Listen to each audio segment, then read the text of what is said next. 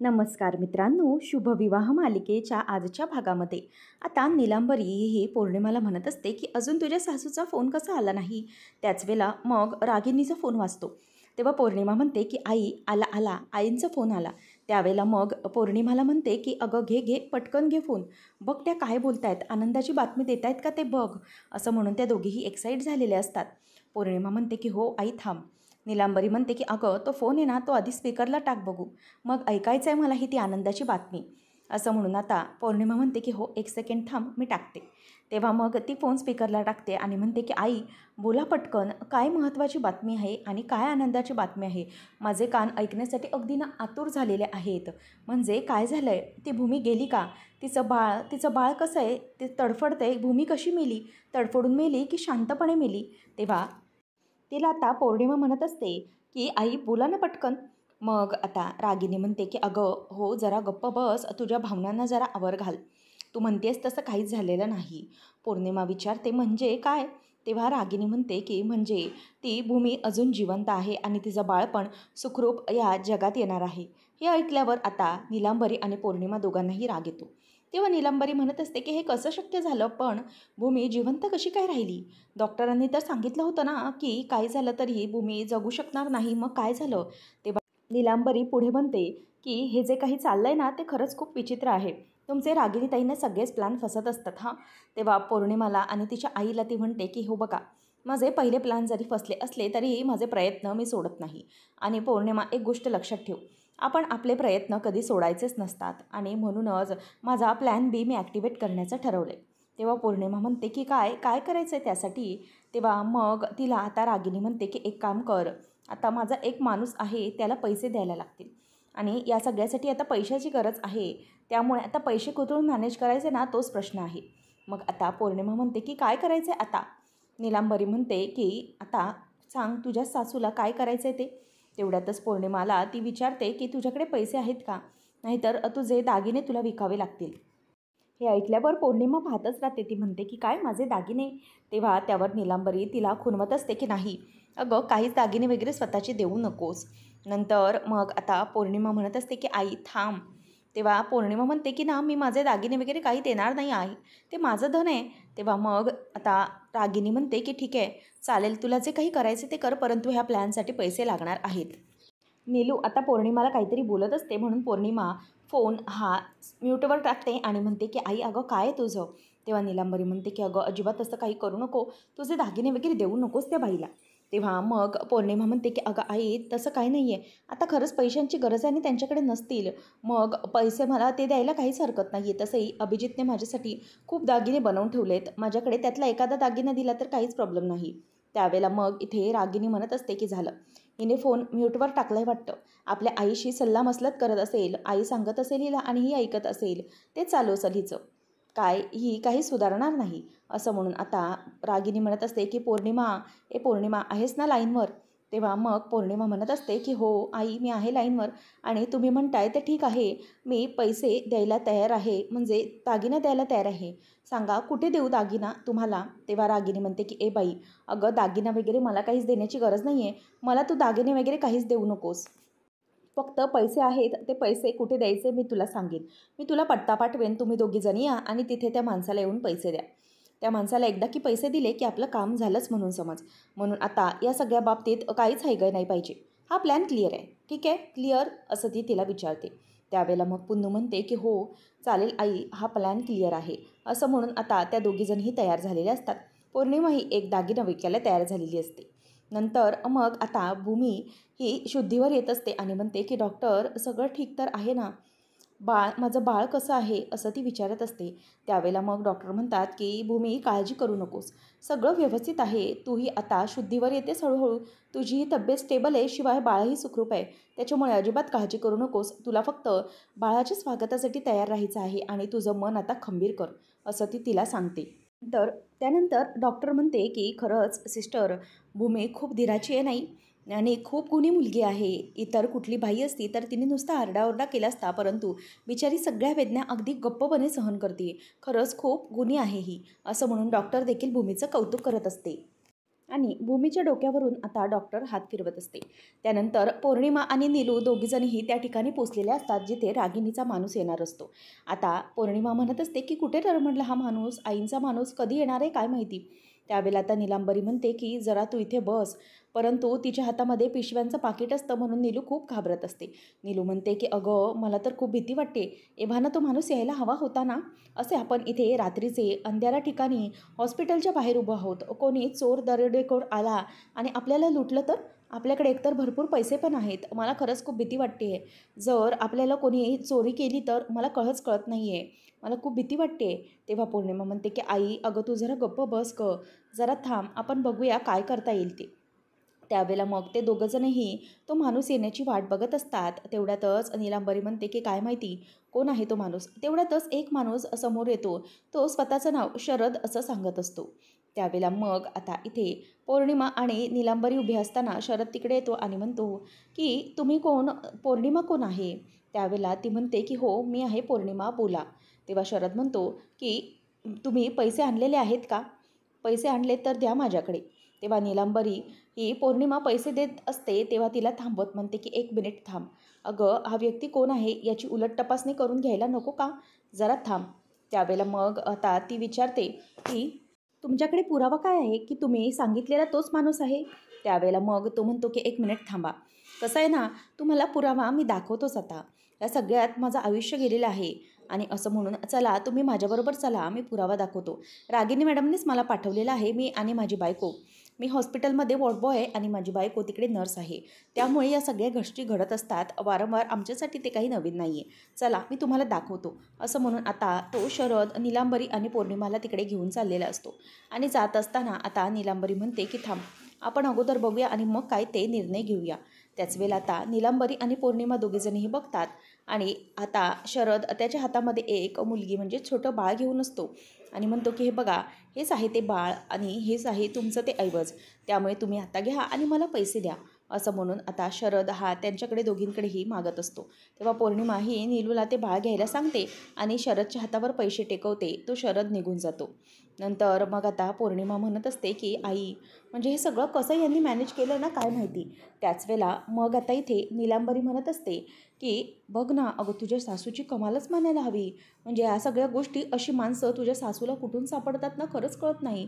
म्हणजे ह्या सगळ्या गोष्टी, अशी माणसं तुझ्या सासूलाच बरी शोधत येतात आणि बरोबर ती हॉस्पिटलमधल्या व्यक्तींना ओळखते. म्हणजे बघ ना, ती सिस्टर अशी यांना मिळू शकते हे त्यांना कसं माहीत असतं. तेव्हा पौर्णिमा म्हणते की आता आई चल, आपण इथे काही बोलत बसूया नको, आपल्याला हे बाळ पोचवायचं आहे माहिती आहे ना. असं म्हणून आता ती निघालेली असते. त्यानंतर भूमी इथे अजूनही बेशुद्धच असते, परंतु तिला मध्ये मध्ये शुद्ध येत असते आणि तिला थोडासा त्रास व्हायला लागतो. त्यावेळेला डॉक्टर म्हणते की भूमी, तुला आता बरं वाटतंय का. त्यावेळेला आता सिस्टर म्हणायला लागते, डॉक्टर यांना कळ्या यायला सुरुवात झालेली आहे, मग आपण तयारी करू शकतो का यांच्या डिलिव्हरीची. त्यावेळेला मग डॉक्टर म्हणतात की हो हो, सगळी तयारी करा, सगळी तयारी आहे ना, आताच आपल्याला डिलिव्हरी करावी लागणार आहे. तेव्हा मग आता नीलांबरी ही बाळाला घेऊन आलेली असते आणि पौर्णिमा म्हणत असते की आई, त्या माणसाला आम्ही पैसे दिलेले आहेत. तेव्हा मग नीलांबरी म्हणते की झालं आहे तुमचं काम, हे घ्या. आता रागिनी त्यांचं कौतुक करत म्हणते की चला आता आतमध्ये चला, गुड जॉब, आपण आतमध्ये जाऊन काय पुढचा प्लॅन आहे तो माहिती आहे ना, चला आतमध्ये. असं म्हणून आता त्या दोघीजणीही आणि तिघीही आतमध्ये निघून जातात. तर इथे डॉक्टर या भूमीसाठी पूर्ण प्रयत्न करत असतात, तिची डिलिव्हरी नॉर्मल व्हावी म्हणून पूर्ण आता त्यांचे प्रयत्न सुरू असतात. त्याच वेळेला आता इथे डॉक्टर हे म्हणते की चला आता हिला कळा यायला सुरुवात झालेली आहे, भूमी हळूहळू डीप ब्रिदिंग कर, तुला त्रास होईल थोडा, परंतु ब्रिदिंग करत करत तू हे बाळ पुश करण्याचा आता प्रयत्न कर. भूमीला आता त्रास होऊ लागलेला असतो आणि भूमी आई ग अशी विळत असते. त्याच वेळेला इथे आता पौर्णिमा ही तिच्या ठरलेल्या प्लॅनप्रमाणे आलेली असते. तिने खूप साऱ्या अगरबत्त्या पेटवलेल्या असतात आणि जिथे फायर अलार्म कॅच करतो त्याच ठिकाणी तिने आता अगरबत्त्या आणून ठेवलेल्या असतात आणि मग आता ते पेटवायला सुरुवात करते. तेवढ्यात इथे भूमीला देखील डिलिव्हरीसाठी तयार केलेलं असतं आणि भूमीच्या बाळाला देखील पुश करत असतात आणि हे सगळं आता पौर्णिमा ही काम करत असते आणि ती वरती चढूनच जिथे फायर अलार्म असतो तिथे ती खूप जास्त अगरबत्त्या पेटवून तिथे सगळा वास देत असते आणि रागिनी हे काचेतून बघत असते की सगळं काय कसं चालू आहे. परंतु आता भूमीने फायनली बाळाला डिलिव्हरी दिलेली असते आणि बाळ आता रडण्याचा आवाज आलेला असतो. त्याच वेळेला आता रागिनी म्हणते की झालं, हिचं बाळ जन्माला आलं, परंतु भूमी, काही झालं तरी तुझं बाळ जरी या जगात आलेलं असलं तरीही तुला बाळाचा विरह हा सहन करावा लागेल. मला जशा मुलाच्या प्रेमासाठी मुकावं लागलं ना, तसंच तुलाही हा विरह सहन करावाच लागेल. तुला तुझ्या बाळापासून मी वेगळं करणारच. तर इथे बाळ बाहेर आल्यामुळे भूमीला फार बरं वाटलेलं असतं आणि तिची डिलिव्हरी आता झालेली असल्यामुळे सगळेजण खूप आनंदामध्ये असतात. तर रागिनी आता बाहेर येते आणि पौर्णिमा त्या साईडने येऊन तिला खुणावते की सगळं ओके झालेलं आहे, मी जे काही काम सांगितलं आहे ते केलं आहे, असं म्हणून त्या दोघींचं आता तिथे डन होतं आणि भूमी आता शुद्धीत नसते. डॉक्टर आता सिस्टरला म्हणत असतात की भूमीला या सगळ्यामध्ये खूप त्राण गेला आहे ना, त्यामुळे कदाचित तिला ग्लानी आली असावी. मी तिला इंजेक्शन दिलं आहे, तिला जरा आता आराम करू दे, तिला बरं वाटेल, तिला जरा थोडा आराम करू दे, त्यानंतर मग आपण बघूया. तोपर्यंत तुम्ही एक काम करा, बाळ 7व्या महिन्यात जन्मलेलं आहे त्यामुळे ते जरा वीक आहे, त्याला इन्क्युबेटरवर ठेवण्याचा प्रयत्न करा. तुम्ही जरा तिथेच बाळाला ठेवा. तेवढ्यातच आता हे ऐकल्यानंतर फायर अलार्म व्हायला लागतो आणि जोरजोरात अलार्म वाजल्यामुळे दोन्हीही डॉक्टर आणि नर्स दोघीजणी बाहेर पळून जातात. मात्र रागिनीची जी नर्स असते, जी रागिनी मिळालेली असते, ती तिथेच असते. त्यावेळेला रागिनी पटकन आतमध्ये येते आणि तिला ती सिस्टर सांगते, एक काम करा, तुम्हाला आता जे काही करायचं आहे ते तुम्ही पटकन करून घ्या आणि तुम्ही माझे पैसे. तेव्हा रागिनी म्हणते की हो, तुमचे पैसे तुमच्या नवऱ्याजवळ पोचलेले आहेत. तुझे जे काही पैसे आहेत ना, तुझ्या नवऱ्याला सगळे काही दिलेले आहेत, त्यामुळे अजिबात काळजी करू नकोस. आणि सिस्टर म्हणते की मग तुमचा प्लॅन लवकर काय ते एक्झिक्यूट करा, कारण काही झालं तरीही इथे ही बेशुद्ध आहे आणि तिकडे मॅडम गेल्यात तोपर्यंतच तुम्हाला काहीतरी करावं लागेल. तेव्हा आता बाळ जे असतं ते तिथेच असतं आणि रागिनी म्हणते की हो, काळजी करू नकोस आणि तू तुझ्या पैशांचं म्हणतेस ना, तर तुझे पैसे आणि सगळं काही एक्स्ट्राचे पैसे तुझ्या नवऱ्याला दिलेले आहेत आणि तुम्ही तुमचं काम योग्य केलं आहे म्हणून तुम्हाला आम्ही नाराज केलेलं नाही, असं रागिनी तिला आता चिडतच बोलून दाखवते. भूमी अजूनही बेशुद्धच असते. रागिनी बाळाला घेते आणि बाळाला घेतल्यानंतर आता रागिनीला खूप आनंद झालेला असतो की हे बाळ ती आता फायनली भूमीपासून वेगळं करणार आहे. नंतर मग भूमी आता तिथे झोपलेली असते. तेव्हा रागिनी तिच्याजवळ येते आणि ए भूमी, काय बेशुद्ध आहेस का तू, असं तिला विचारते आणि म्हणते की बघ तुझं बाळ बघ. भूमी महाजन, तू जरी ही बाळाला सुखरूपपणे जन्म देऊ शकली असलीस तरी हे बाळ कधीही तुझ्यापर्यंत येणार नाही, कारण तुझं हे बाळ तुझ्यापासून ही रागिनी पटवर्धन लांब करणार आहे. काही झालं तरीही तुझ्या बाळाचं सुख तुला मिळवून देणार नाही मी. आता काय करायचं ते करून घे, परंतु आता तुला या सगळ्यामधून मी लांब करणारच आहे म्हणजे आहे. म्हणून लक्षात घे एक गोष्ट की काही झालं तरीही तुला आता हे सगळं भोगावंच लागणार आहे. तू आता किती प्रयत्न कर, परंतु तुझं बाळाचं प्रेम तुला कधीही मिळणार नाही आणि तुलाही तुझ्या मुलाच्या विरामध्येच राहावं लागेल. काही झालं तरी तुझं मूल हे तुझ्यापासून मी कायमची आता लांब करणार आहे. तू जन्म दिला असलास तरीही, असं म्हणून ती आता खुश झालेली असते आणि रागिनी हे बाळ घेऊन आता बाहेर पडलेली असते. तर फायर अलार्म होत असल्यामुळे सगळेजण इकडे तिकडे धावत असतात. कुठे आग लागली याची भीती सगळ्यांना वाटत असते. त्याच वेळेला आता रागिनी हे भूमीचं बाळ घेऊन तिथून पळून निघालेली असते, कोणाचंही लक्ष नसतं. त्याच वेळेला समोर दिलू आणि पौर्णिमा येतात. तेव्हा रागिनी म्हणते की घ्या, हे बाळ द्या, असं म्हणून आता रागिनी जे बाळ असतं ते बाळ म्हणजे जे शरदने दिलेलं असतं ते बाळ आता ती भूमीच्या बाजूला जाऊन शेजारी ठेवणार असते. तेव्हा मग रागिनीला पौर्णिमा म्हणते की आई हो, पण ही तर मुलगी आहे ना. त्यावेळेला आता रागिनी म्हणते की हो, ही मुलगी आहे आणि भूमीला झाली आहे ना, ती पण मुलगीच आहे. पौर्णिमा म्हणते की तुम्हाला कसं कळलं आणि तुम्ही बरोबरच त्याला शरदला मुलगी कशी आणायला सांगितली. त्याच वेळेला रागिनी म्हणते की अगं, मला सगळं कळलेलं आणि माझी पोच कुठपर्यंत आहे हे तुला नाही कळणार. अगं, मी अगोदरच जेव्हा भूमीची सोनोग्राफी झाली होती त्यावेळेला ते सिस्टरला विचारलेलं आणि भूमीच्या गर्भात मुलगीच वाढते हे त्यावेळेलाच मला समजलेलं, म्हणूनच मग मी मुलगीच मागवायला सांगितली. ठीक आहे, आता भूमीच्या जवळ म्हणजेच भूमीचं जे वॉर्ड असतं तिथे जाऊन रागिनी ती मुलगी जाऊन ठेवते आणि त्यानंतर पुन्हा तिकडून रागिनी पळ काढते आणि भूमीची जी झालेली मुलगी असते ती घेऊन नीलांबरी आणि बाहेर उभ्या असतात. आणि रागिनी म्हणते की खरंच काय बोलताय डॉक्टरला म्हणत असते की डॉक्टर काय झालेली कशी आहे ती सुखरूप तर आहे ना. डॉक्टर म्हणते की अभिनंदन, तुम्ही आजी झालेला आहात, कारण हो तुम्हाला नाच झाली आहे, व्यवस्थित आहे, सुखरूप आहे, अजिबात घाबरू नका आणि काळजी करू नका. त्यावेळेला रागिनी पण नाटक झालेली असते आणि ती म्हणते की थँक्यू डॉक्टर, खरंच तुमचे खूप खूप आभार, तुम्ही बाळ आणि भूमी दोघांनाही वाचवलं. त्यावेळेला डॉक्टर आता म्हणतात की ठीक आहे, तुम्ही आता आनंद व्यक्त करायला घ्या. आणि त्यावेळेला मग ती म्हणते की मी आकाशला लवकरच जाऊन सांगते डॉक्टर ही आनंदाची बातमी, असं म्हणून तिथून डॉक्टर निघून गेलेली असते आणि रागिनी आता इथे उभी असते. रागिनी म्हणते की डॉक्टर, तुम्हाला काय माहिती आहे मी काय केलं आहे ते. आता या आकाशला मी आनंदाची बातमी देणार, परंतु तोपर्यंत फार मोठा प्रॉब्लेम झालेला असणार. आता यांचा जो आनंद आहे ना, तो मला उगीच चेहऱ्यावर असा दाखवावा लागतो आहे, परंतु लवकरच आता भूमीला कळेल की तिने काय गमावलं आहे ते. तर आकाश इथे हळूहळू चालत चालत येत असतो, कारण त्याचे पाय हे खूप पोळलेले असतात. तो निखाऱ्यांवरून चालल्यामुळे त्याला खूप त्रास झालेला असतो. तर दुसऱ्या ठिकाणावरून निलांबरी, जे भूमीचं बाळ असतं डिलिव्हरी झालेलं, ते बाळ आता ती घेऊन हाताने डॉक्टरच्या इथूनच निघून चाललेली असते. आणि आकाश पण दुसऱ्या बाजूने तिथून चालत येत असतो. त्याच वेळेला आता रागिनी कसंबसं सगळ्यांपासून लपवून लपवून ते बाळ आता बाहेर आणते. आणि नंतर ती रस्त्याने ते बाळ भररात्रीचं बाहेर घेऊन निघालेली असते. आणि इकडे तिकडे बघत असते.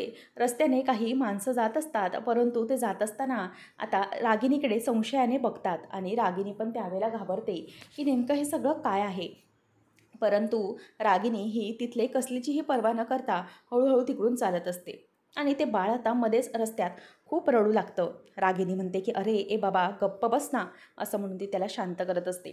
समोर बघते तर तिकडे पोलिसांची नाकाबंदी असते, म्हणून रागिनी घाबरते आणि ते बाळ तिकडे ठेवायला ती जराशी घाबरत असते. सर समोर गेली बाळाच्या तर 1000 प्रश्न पडतील आणि मी पकडली जाईन. म्हणूनच आता ती जे बाळ असतं ते तिथेच खाली एक झावळी असते आणि एक झोपडीसारखं बांधलेलं असतं, तिथेच ती बाळ आता ठेवते. आणि ते बाळ आता तिथेच राहिलेलं असतं. शिवाय त्या बाळाच्या पायाला आता काळ्या कलरची जन्मखून असते. आणि रागिनी ते बाळ तसंच निर्दयीपणे ठेवून तिथून निघून गेलेली असते. नंतर आता डॉक्टर पुन्हा येतात आणि बाळाला बघत असतात. तेव्हा म्हणतात की काय या बाळाला काही होत का नाही आहे, किंवा ते काही रिस्पॉन्ड का करत नाही आहे. आणि मी तुम्हाला सांगितलं होतं ना सिस्टर, त्याला आता तुम्ही इन्क्युबेटरवर ठेवा, परंतु तुम्ही का नाही ठेवलं. तेव्हा मग सिस्टर म्हणते की ॲक्च्युली मॅडम, बाहेर ना फायर अलार्म वाजत होता, म्हणून नक्की आग कुठे लागली आहे आणि बाळाला आणणं रिस्की होतं, म्हणून मी बाहेर आणलं नाही.